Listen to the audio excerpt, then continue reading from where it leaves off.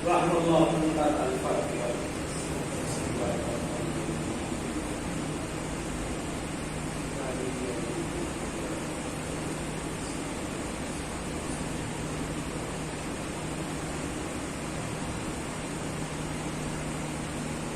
لا حول ولا قوة إلا بالله العلي العظيم.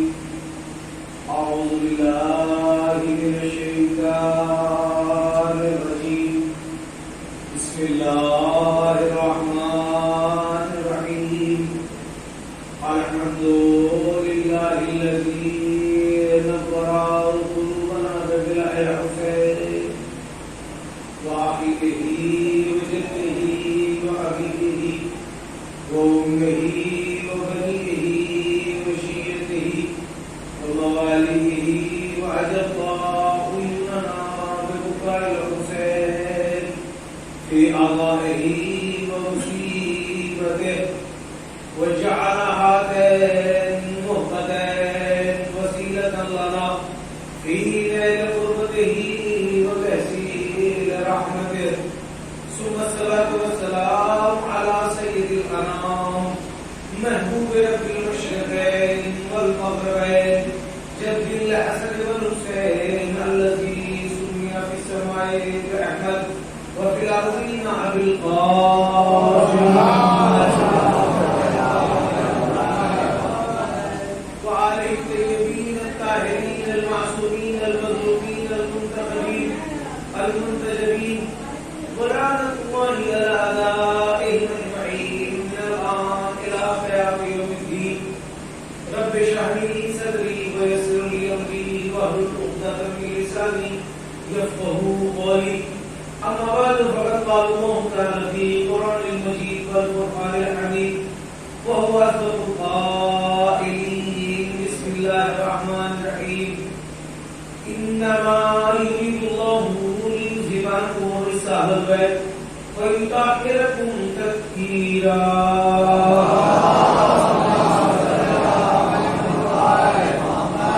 السلام على الحسين وعلى آل الحسين وعلى أولاد الحسين وعلى أصحاب الحسين. بہت مشکور ہیں ہم آپ کی سماعتوں کے. آپ نے بڑے توجہ سے سنا.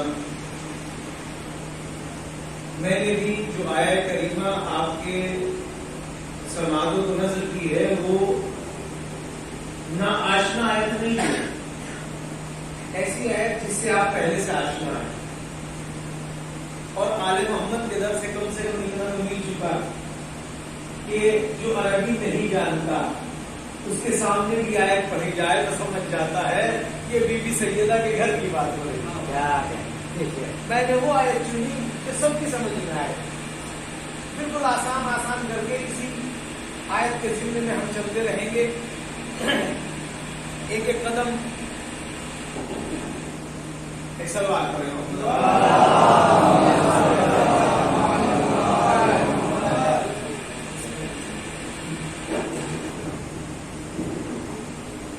ایک اور سوال کریں.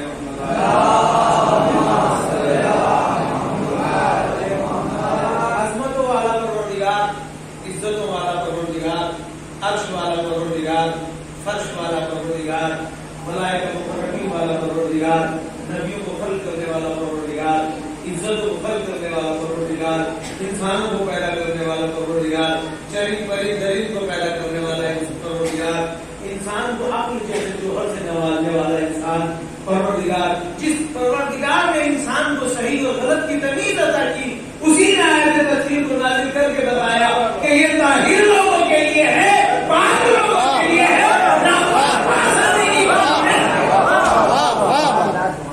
یہ عقل ہی تو ہے. دیکھیے میں ایک نازک سے موڑ پر کئی معلومات ہیں مگر ایک نازک سے موڑ پر ایک بات سنیے آپ پہلے. ایک چھوٹا سا مسئلہ حل کرنا ہے. انسان جب تک ہے تو ضرورتیں جب تک ہے. کوئی انسان ایسا ہے جو ضرورت سے خالی ہو؟ ہر انسان کی اپنی ایک ضرورت ہے. توجہ ہے. جب تک انسان ہے تب تک ضرورت ہے اور جب تک ضرورت ہے تب تک انسان ہے. اور جب ضرورت ختم ہو جاتی ہے تو وہ انسان ہی کہاں رہتا ہے؟ وہ تو خود ہی چل بستا ہے نا. تو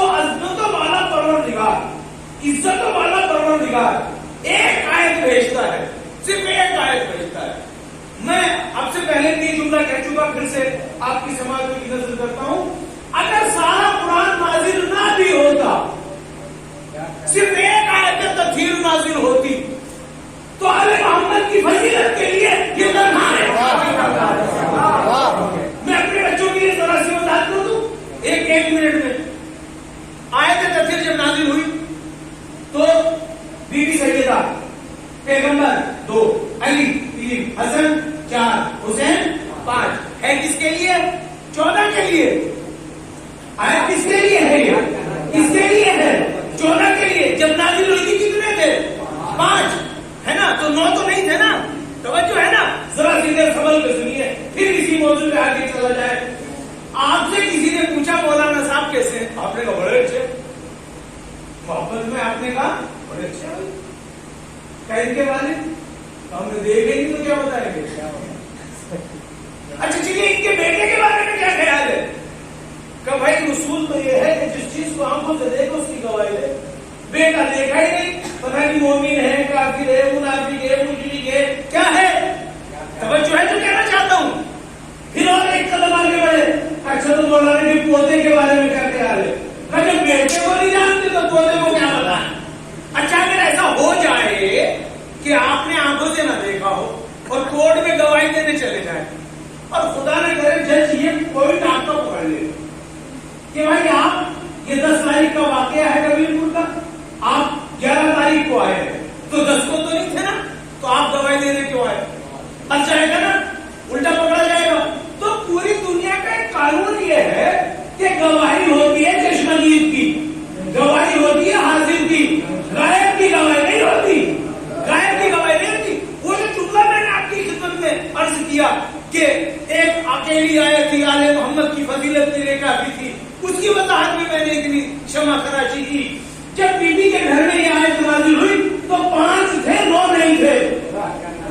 جتنی 5 کے لیے نازل ہوئی اتنی 9 کے لیے نازل ہوئی. کس نے گواہی دی؟ کس نے؟ انسانوں نے. کس نے گواہی دی؟ بھائی واہ کیا کہنے، کس نے گواہی دی؟ آل محمد کے پاس گواہی دی. کیا اللہ سے آگے بھی کوئی ہو سکتا ہے؟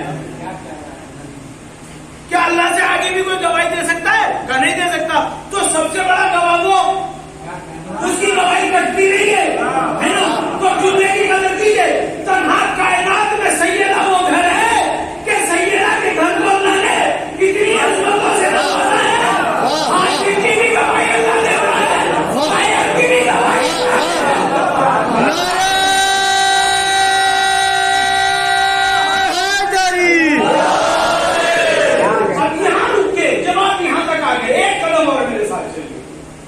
اللہ آپ کو لمبی عمر دے. میری طرف سے بہت ساری دعائیں. آپ نے میری بہت ساری محنت آسان کر دی. کل جملہ کہا تھا اسے دوہرا دوں. ہر پڑھا لکھا عالم نہیں ہوتا، ہر ان پڑھ جاہل نہیں ہوتا. عالم کسے کہتے ہیں؟ میرے گھر والے بیان کے بعد ہر روز یاد کیجیے گا جملہ کو. جو حق اور باطل کو سمجھ لے اس کو عالم کہتے ہیں. اور جاہل کسے کہتے ہیں؟ جو حق کو نہ سمجھ سکے اس کو جاہل کہتے ہیں، ہے نا. تو ذرا اس کی روشنی میں ایک قدم آگے چلیے. اب مسئلہ یہ ہے عصمت اور غیر عصمت کا. مسلمانوں کی جماعت ہے عصمت اور غیر عصمت بیٹھتی ہے. معصوم ہونا سمجھ گئے جملے کو میرے؟ ہمارے یہاں کسی بھی حاجی کا معصوم ہونا شرط ہے. توجہ ہے، بچے بڑے سبھی سمجھتے ہیں جملے کو. ہر ایک معصوم، ہر ایک ہمارے امام کا، نبی کا معصوم ہونا شرط ہے. اگر معصوم نہیں ہے امام نہیں ہے، معصوم نہیں ہے نبی نہیں ہے، معصوم ہونا شرط ہے. اور جتنی کہو گے صبح تک دلیلیں دے دوں گا، جتنی کہو گے اتنی دلیلیں دے دوں گا. ایک چھوٹی سی دلیل دے کے آگے اپنا بول رہا ہوں. جناب عیسیٰ پیدا ہوئے کتنی دیر میں؟ 9 گھنٹے کا ٹوٹل ٹائم ہے. پیدا ہوئے قرآن میں آیت ہے، سورہ طہ میں، سورہ مریم میں آیت ہے کیا؟ انی عبداللہ آتا میری کتاب چلو نبی. میں نبی بھی ہوں، کتاب بھی لایا ہوں اور اللہ کا بندہ بھی ہوں. تو اب ایک سوال ہوتا ہے نا، سب سے بڑا نبی کون؟ ہمارا نبی عیسیٰ سکن لاس. عیسیٰ نے کب اعلان کیا؟ پیدا ہوتے ہی. توجہ رہے، عیسیٰ نے کب اعلان کیا؟ پیدا ہوتے ہی. اور ہمارے نبی نے کب اعلان کیا؟ 40 برس میں. 40 برس میں اعلان کرنا اس بات کی دلیل نہیں ہے کہ یہ آج معصوم بنے گا. اس بات کی دلیل نہیں ہے. یہ تو عیسیٰ نے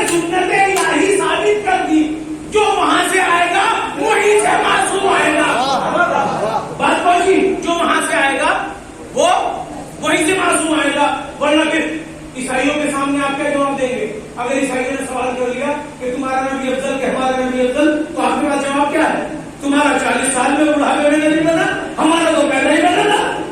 اچھا جب بات آگے تو یہاں رک کے ایک جملہ, مجھے جانا تھا بہت دور مگر بات یہی پھیلنے لگی. جناب رسالت معاف, ان کے اوپر مسلمانوں میں اختلاف شروع ہو گیا. اس بات کو لے کے اس وقت کو میں نے خاص کر کے جملہ معصوم ہونا چھوڑ دیا. اس وقت تھوڑا ٹف ہے سب کی سمجھ میں ہے. اس وقت کو لے کر اس وقت کہ یہ معصوم ہونا چاہیے کہ نہیں ہونا چاہیے. ایک قوم کہتی نہیں اللہ کے لیے معصوم ہونا شرط ہے, قرآن معصوم, نبی کے لیے معصوم ہونا ضروری نہیں ہے.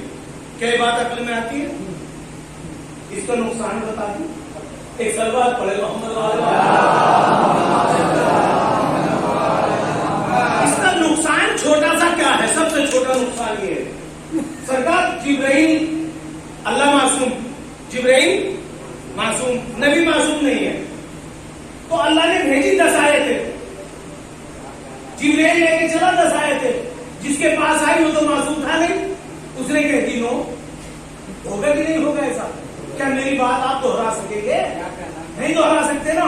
تو جب ایک عام آدمی کی بات نہیں دوہرا سکتے تو غیر معصوم اللہ کا کلام کیسے دوہرائے گا؟ اس لیے تو ضروری ہے کہ وہ بھی معصوم ہو, جیسے آئے ویسے بتا دے, نہ ایک لفظ کم کرے نہ ایک لفظ زیادہ کرے. یہ معصوم ہونے کی شرط ہے. اچھا معصوم ہونے کی شرط کو ٹک کے راضی نہیں, پھر کہاں لے کے جائیں؟ تو پھر یہ نبی 40 سال میں نبی بن گیا. اچھا اور عیسیٰ پیدا ہو گئی, دانیال پیدا ہوتے, دانیال کی بھی ایک کہانی میں پیش کروں گا. پیدا ہوتے چھوٹی سی عمر میں فیصلے بھی کرتی. ہم نے سارے کے سارے مسلمانوں کے فرق اگر جمع کیے جائیں تو اس بات پہ آگے متفق ہوتے ہیں کہ قرآن سے پوچھو. آخری کسوٹی ہمارے پاس کیا ہے؟ قرآن ہے. اچھا قرآن میں بھی ہر بات نہیں ہے تو حدیث سے پوچھو. دو ہی تو کسوٹیاں ہوں گی, یا تو قرآن بتائے گا یا حدیث بتائے گی. چلیے نبی سے پوچھا جائے. معصوم ہونا تو الگ ہے, نبی ہونا کب سے ہے؟ ایک تو یہ بھی مسئلہ ہے نا, بڑا ٹیڑھا مسئلہ. نبی کب سے ہے نا, میں آئے سے ثابت کروں گا نبی کب سے. معصوم تو چھوڑیے. اچھا وہ بات بہت ٹیڑھی ہے, اس لیے میں نے بیچ میں روک رکھی اور اسی لیے بیان نہیں کر پا رہا ہوں. کچھ لوگوں کو اپنے لوگ بچانے تھے, اس لیے نبی کا ہاتھ صاف کر دیا. نبی کا ہاتھ صاف کر دیا چونکہ نبی کو معصوم مانتے ہی سارے جانشین معصوم ہیں. ایک سلوات پڑھے محمد, ایک سلوات کے نام تھوڑے تھوڑے سے آگے ہو جائیے, بعد میں ذرا سی دقت ہوگی. ایک اور سلوات پڑھے محمد, تھوڑا سا 10-5 آدمی کی جگہ بنا لیجیے, مختصر سے ہیں گنے چنے. ایک سلوات پڑھے محمد والے.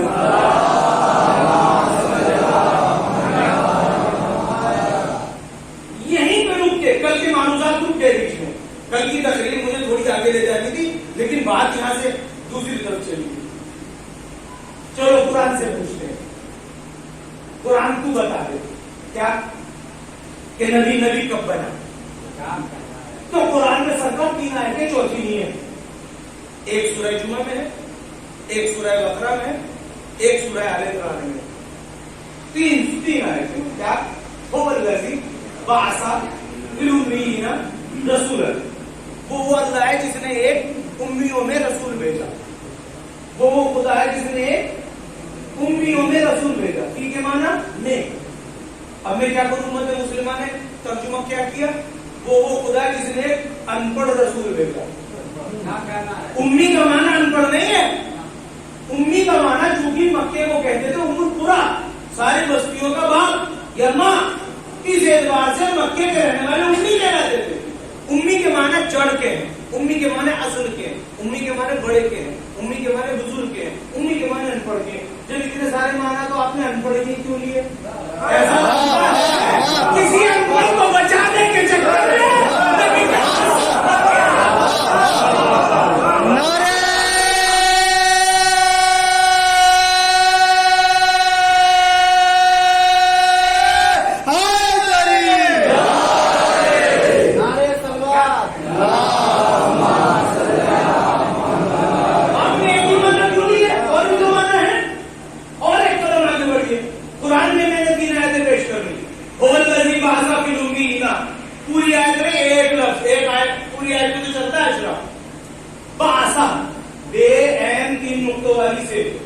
وہ خدا ہے جس نے ایک رسول بعثا مانے بھیجا.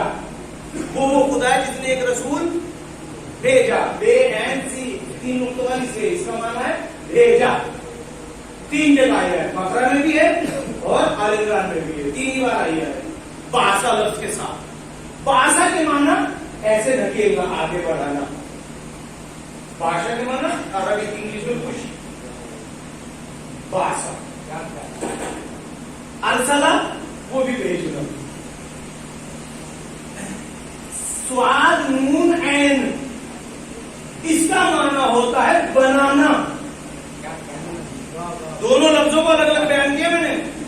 سواد نون عین اس کا معنی ہے بنانا یا پکانا, جو بھی کہیں تیار کرنا. اور ارسلہ اور بعثا کا معنی ہے بھیجنا. تو میں نے رسول اللہ سے پوچھا آپ کب رسول بنے؟ مسلمانوں میں اختلاف ہو رہا ہے نا, آپ کب رسول بنے؟ قرآن سے پوچھو.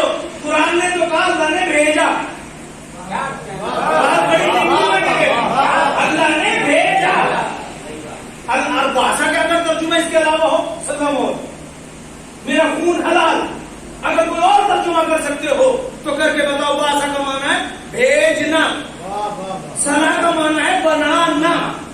میں نے پوچھا رسول اللہ آپ کو اللہ نے رسول کب بنایا؟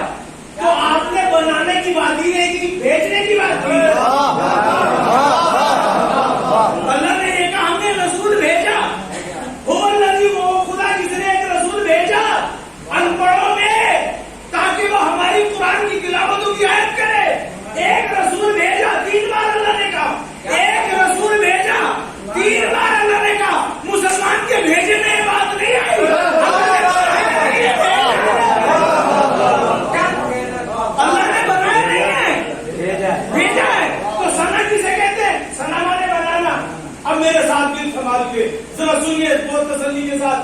ایک مرتبہ جب قرآن سے ہمیں تسلی نہ ہو سکی تو میں رسول اللہ کے دروازے پہ آ پہنچا اور میں نے کہا یا رسول اللہ آپ ہی بتا دیجیے آپ کب رسول بنے.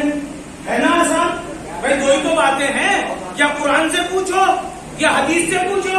حدیث ہی کا نام رسول ہے. تو میں رسول اللہ کے دروازے پہ آ کے کھڑا ہو گیا. حضور آپ ہی بتا دیجیے آپ رسول کب بنے. کیونکہ اتنی بڑی امت کہتی ہے کہ بنے تو بننے کی بات بتاؤ نا. اللہ تو کہتا ہے بھیجا ہے, تو آپ بنے کب تھے؟ ڈیٹ آف برتھ کیا ہے آپ کی؟ میں یہ پوچھنا چاہتا ہوں آپ کی ڈیٹ آف برتھ کیا؟ نبی نے ایک مرتبہ کا بس اتنا سا سوال ہے, میں اپنی ڈیٹ آف برتھ بتاتا ہوں. سنبھال کے دل سنیے. کن تو نبی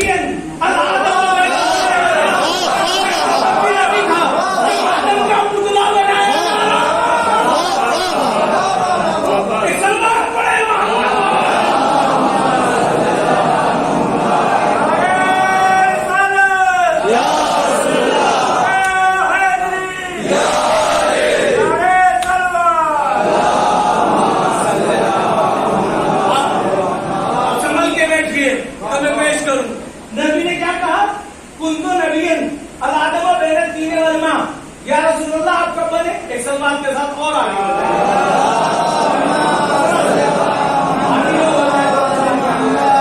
آپ ہی لوگ تھوڑا تھوڑا سا آگے ہو جائیں.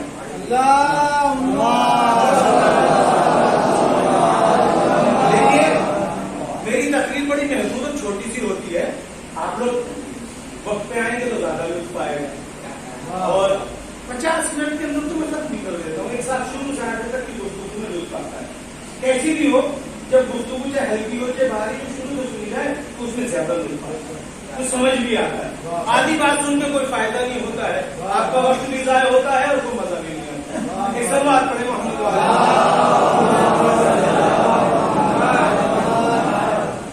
اب دیکھیں کون حاضر ہے.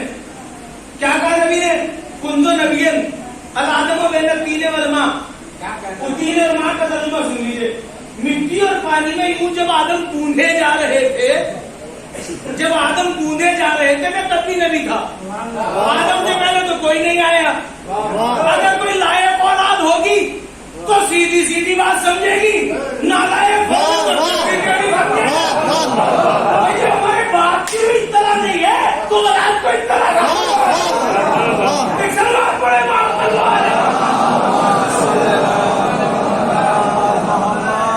اب یہاں پہ ٹھہر کے ایک بات سنیے. بہت نازک سی بات عرض کرنی تھی جو اتنی کھینچ کے میں یہاں تک لے کے آیا.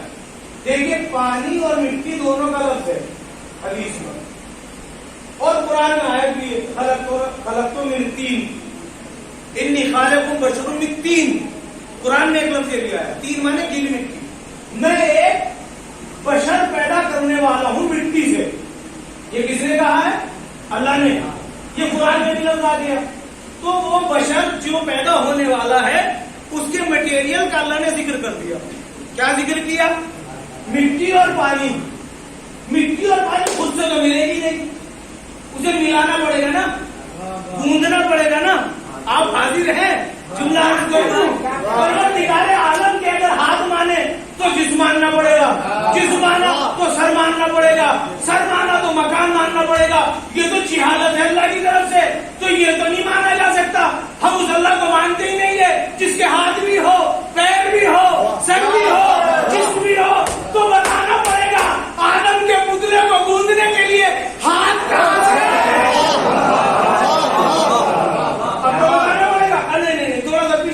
ایک سلوات پڑے محمد والا. دیکھو نہج البلاغہ میں جناب امیر ارشاد فرماتے ہیں کہ پروردگار عالم کو جس نے کہا وہاں ہے, گویا اس نے کہا یہاں نہیں ہے. جس نے ایک جگہ مانا دوسری جگہ نہیں مانا وہ مکان کا قائل ہوا. جو مکان کا قائل ہوا وہ اس کو محدود کر دیا. جس نے اللہ کو محدود کیا وہ اس سے جاہل رہ گیا, وہ اس کے ہاتھ پر اور جسم کا قائل ہو گیا. لہذا علی کی فقہ میں جسم کی قائل ہونا یہ جائز نہیں ہے, تو جسم ہو نہیں سکتا. اور اللہ کہتا ہے کہ میں نے دونوں ہاتھوں سے خلق کیا.